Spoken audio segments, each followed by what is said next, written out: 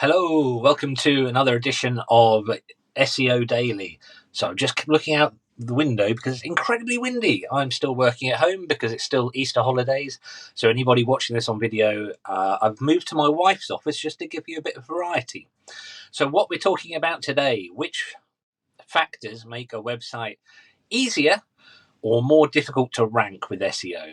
Now, the perspective I'm going to come at this problem or this discussion with is as an agency owner, as somebody who comes in and looks at other people's websites. But I'm going to talk primarily about your website and things that you can look at with your website to try and assess how hard you're going to have to push to get yourself higher up the rankings. I'm going to keep this really simple, no waffle. First of all, what things make a website easier to rank? High quality content, well-written articles that are useful and answer questions that people actually have. In fact, if you do that one thing, you'll probably rank anyway. Yeah, I'm happy with saying that. Next up, have you researched what it is your audience wants to know about? Have you done keyword research? See, this compared to the have you written good articles, they are linked, but the reason I put well-researched, well-written, useful articles at number one is that if you know your audience and you know your industry or your niche, not niche, your niche, then keyword research will confirm or deny some of your things, but it's you could just about get away without doing any keyword research. I'm not advocating you ignore keyword research, it's very important, but just to tell you how important industry knowledge is. Number three, how well does your website work on a mobile device? It feels weird to still be talking about this in 2024 when we've been we've been working towards websites working well on mobile devices for many, many years, but it's still overlooked and it's still important, especially when people put images on their website that are much too large. So make sure your website looks okay on your mobile. Not just your mobile, because you might have a big fancy iPhone Max the size of a 1970s television. What about your grandma's smartphone? What about the cheapest, most rubbish Android phone that costs 20 quid from a supermarket? Does your website work well on that? It matters. Next up, if we start working with a new website and it's really fast, then it's going to be easier to rank. So is your website fast? If it is, you're going to have an easier time ranking and improving the amount of traffic to your site. If you want to test this, do a search for GT metrics or pingdom. There is also Google Page Speed Insights, but that doesn't really measure how fast your website is. It just sort of checks it against a checklist of ideal things. So use GT metrics or pingdom to get a genuine feeling for how fast your site is. Again, you might have super fast broadband at home, but if the thousands of people who want to use your website don't, then you need to make your site faster. Security. Hopefully by now everyone listening to this has got HTTP or SSL and you have the little padlock thing.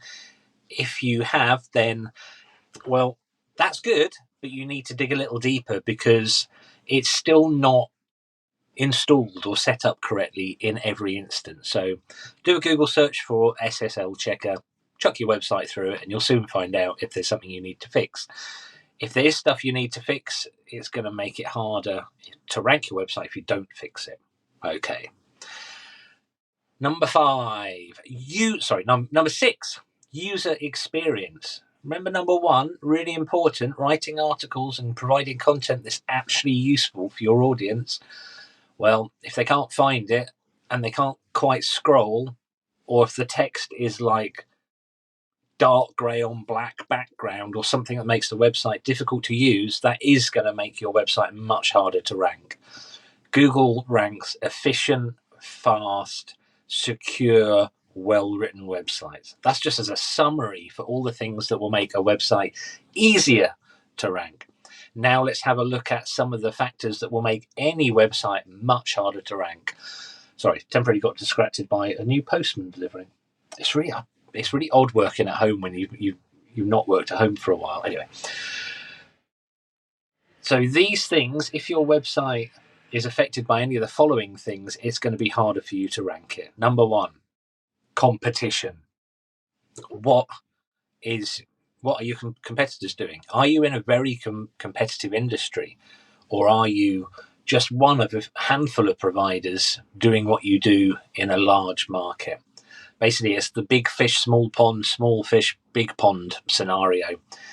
If you're one of many, many, many, many people, it's going to make it harder to rank. So, for example, if we were approached by, I'm just going to pick something at random, a power washing company, and there was 50 power washing companies in the town that they're in, it's going to be quite hard work to rank that site. Not impossible, never impossible, just harder. Second one, if we look at a website for the first time and the structure of it's really bad, as in just where the pages are, it's going to be harder to rank. So look at your own website. Primarily, look at what you've got in your primary navigation, the menu at the top. Does that make sense? Would it make sense to Google? Let me put this another way. Have you got a tab on the top of your website that says services? I bet you have. If you click on that tab, does it have a drop-down box that lists your services? Probably. You're much better off putting your services in the primary navigation. It's much better for the users, and it shows Google how important those services are to you and the world as a company.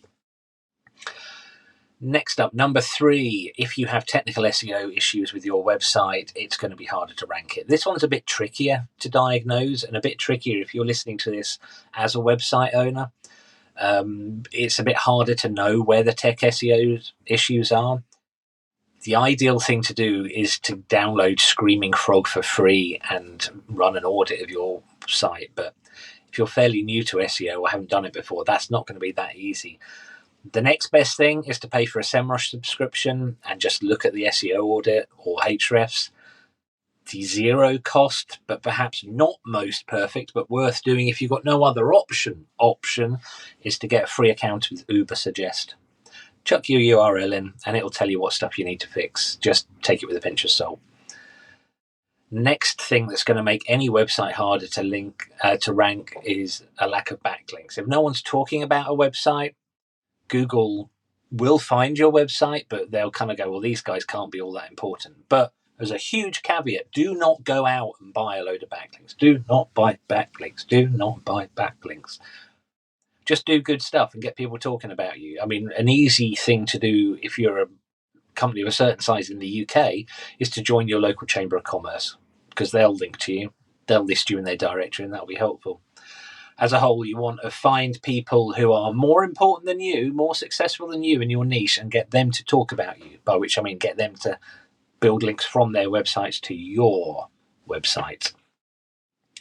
Another thing that might make a website difficult to rank is if it's brand spanking new, because it has no track record. But then I'm an optimistic kind of person. I could say a brand new website having no track record can sometimes be a good thing. We always look at the backlink profile, for example, on a company website before we give a proposal or even speak to a client or respond to an inquiry, because we want to make sure it hasn't got a sordid past in terms of bought backlinks and terrible stuff like that. Finally, one thing that I think makes ranking much harder, and I'm mentioning it because SEO professionals sometimes forget about this, and that's neglecting local SEO.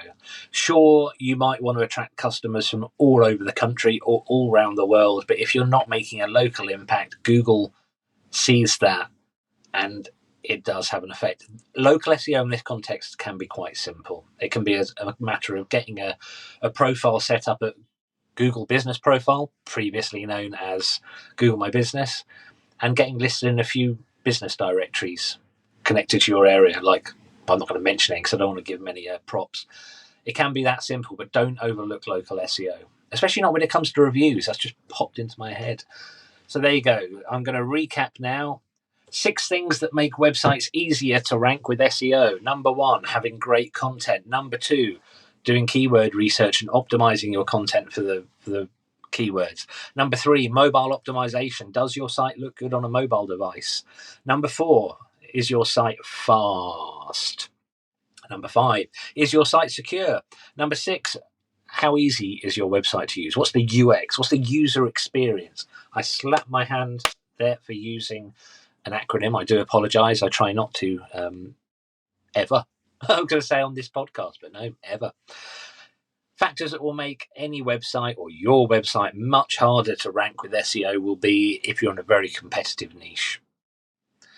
Number 2, if your site structure's rubbish, it's going to be harder to get your site to rank. Number 3, if you have technical SEO issues, which I say I've not gone into depth with, it's a whole other subject. Number 4, if no one is linking to you, if you have no backlinks, it's going to be much harder to get your website to rank. Don't buy links, though. Do not buy them. If your website's brand new, you're going to have a bit more of a struggle just to get yourself established.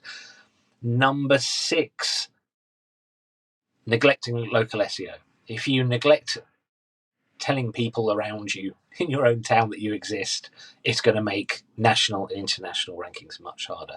There you go. I hope this video, this podcast, this presentation, this whatever has been helpful to you. That's the end of Daily SEO for today. SEO Daily. I really ought to get straight in my head which I'm calling it. Thank you for watching. Thank you for listening. Please comment, share, like, subscribe, go tell your mother, make yourself a cup of tea and have a little lay down. I have been your host, Andrew Laws. I will continue to be your host, but for now, I'm going to press the end button and get this published.